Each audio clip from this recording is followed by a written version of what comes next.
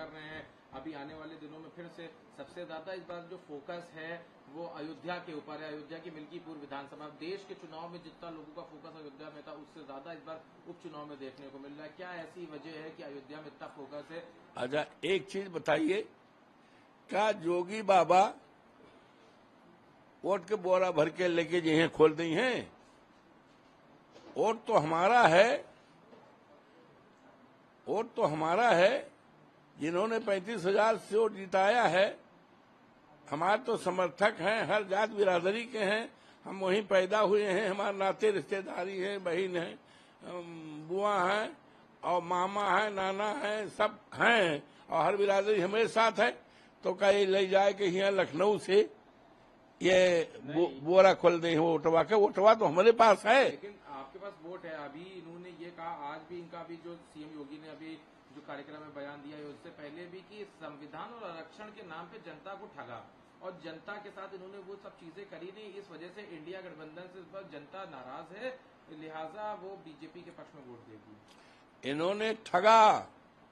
भाइयों बहनों, हमारी सरकार बनाओ, 2 करोड़ नौकरी हर साल।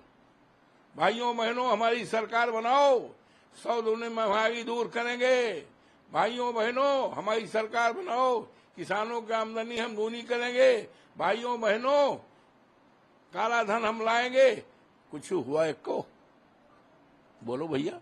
लेकिन आपने एक और बात भी कही कि चाहे सीएम आ जाए या पीएम आ जाए, ये इसका क्या मतलब? कोई भी आ जाए, दुनिया की कोई ताकत लगा दे, दुनिया की कोई ताकत लगा दे, मिल्कीपुर चुनाव में कुछ भी नहीं कर पाएंगे।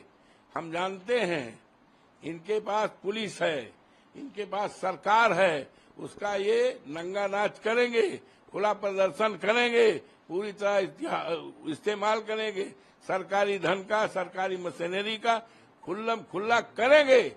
लेकिन इतिहास इस बात का गवाह है, जब सरकार और जनता में लड़ाई हुई है तो सरकार हारी है, जनता जीती है।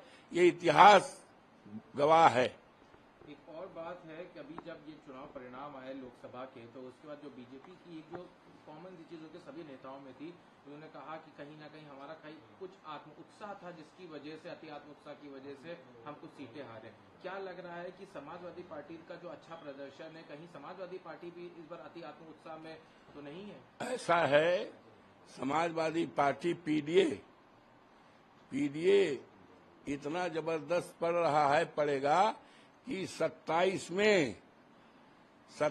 में हमारी सरकार बनेगी और अगर 50 सीट बीजेपी पा जाएगी तो आप लिख लीजिए, हमारे पास आइए, हम राजनीति छोड़ देंगे। 50 सीट 27 में नहीं पाएगी, सफाया हो जाएगा। मैं कोई साधारण बात नहीं बोल रहा हूं, आपके सामने बोल रहा हूं। ये मिल्कीपुर की बात है। मिल्कीपुर के अलावा कुल 10 विधानसभा में उपचुनाव होना है। क्या रहने वाला समाजवादी पार्टी का प्रदर्शन? आपको भी बड़ी जिम्मेदारी दी गई है, पार्टी के वरिष्ठ नेता हैं, तमाम चीज कार्यक्रम है, क्योंकि बीजेपी तो अभी से जीत के दावे कर रही है। उन्होंने अपने प्रभारी नियुक्त कर दिए हैं, चाहे जो बहुचर्चित सीटें हैं, चाहे वो करहल की हो, मिल्कीपुर हो, अम्बेडकर नगर की, वहां पे लगातार उनकी तरफ से बेना तो प्रत्याशी। आप लोगों तो पूरी तरह से नजर रहती है और अच्छा है, जानकारी रखते हैं, ये लोकतंत्र के लिए अच्छी बात है। कि आपसे हम जो सवाल पूछना चाहते हैं, अन्यथा न लीजिएगा। घोसी में चुनाव हो रहा था 2 साल पहले, उपचुनाव था।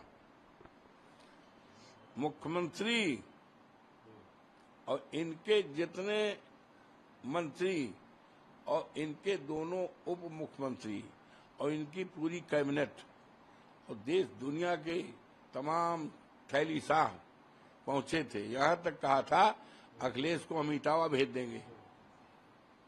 बाई इलेक्शन था, कहा हम इनको इटावा भेज देंगे।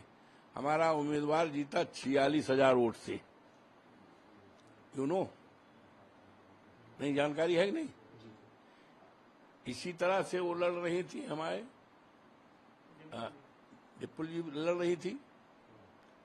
कहा जमाना जब्त हो जाएगी, और जीती 3 लाख से ऊपर वोट से।